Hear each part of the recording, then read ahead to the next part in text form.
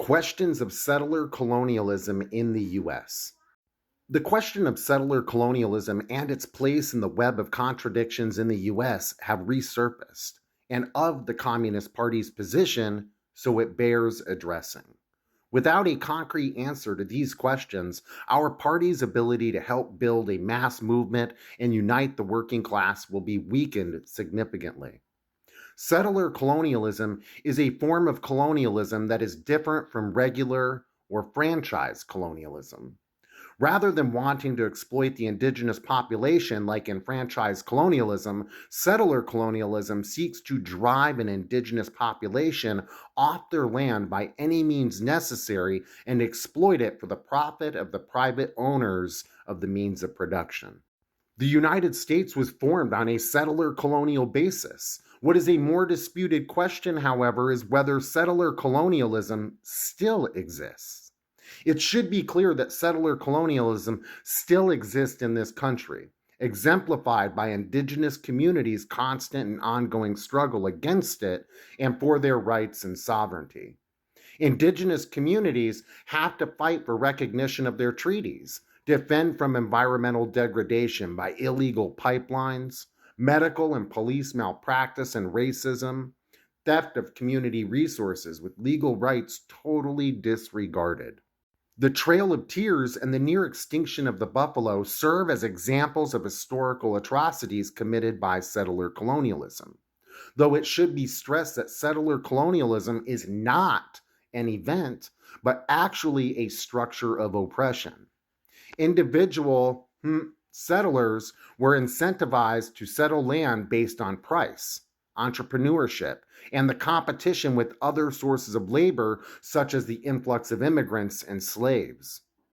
We're seeing the atrocities of settler colonialism right now in Israel, with the settlements in the West Bank, the genocide in Gaza, the 76 years of occupation, and the constant violation of Palestinian rights within Israel itself, as well as apartheid. Settlers, without a direct connection to the state, will steal homes, block aid trucks going into Gaza, or produce fabricated stories and videos for news and social media to justify the atrocities. If this represents contemporary settler colonialism in Israel, how then does it appear in the U.S.?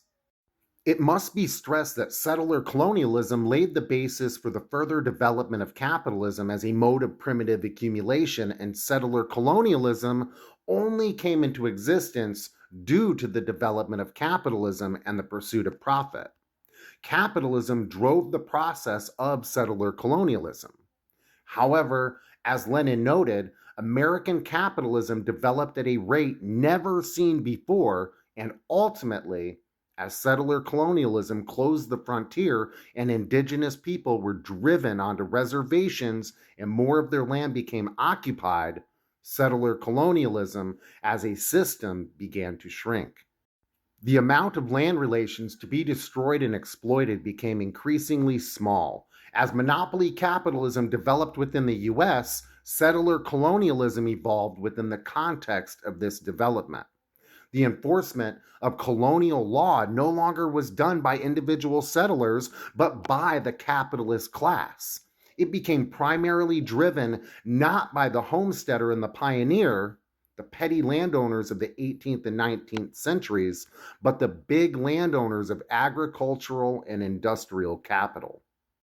This became evident by big companies taking over the role in exploiting indigenous lands rather than individual settlers with the permission and helping of the capitalist state. There are many judicial cases concerning oil and land rights that could be looked at. Roxanne Dunbar Ortiz writes about this in her book, An Indigenous People's History of the United States.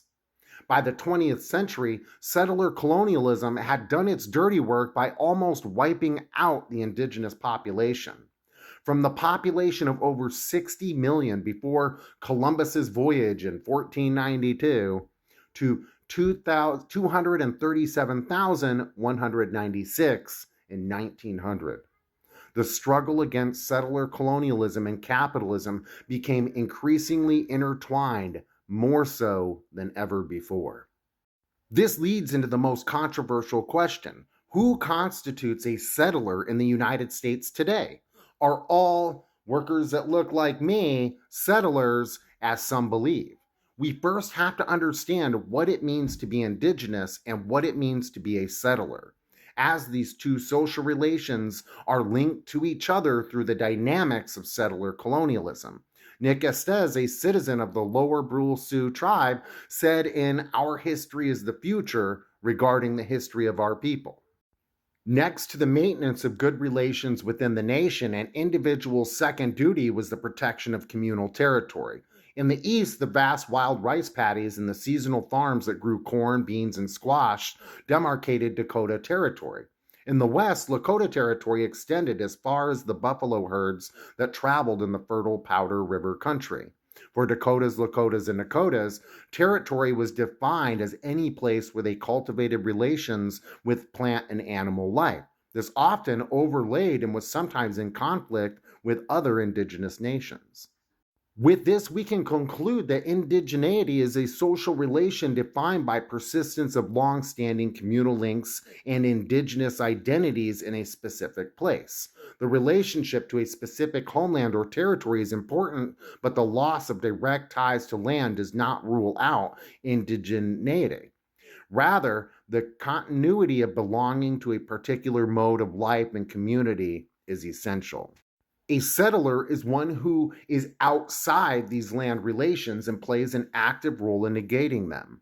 This does not mean that one has to personally enforce colonial laws. Rather, it means that they directly benefit from the participation in the destruction of these land relations. There are many factors to being a settler. An important factor of being a settler, though this is not the sole characteristic, is being a socio-political citizen of a settler-colonial society.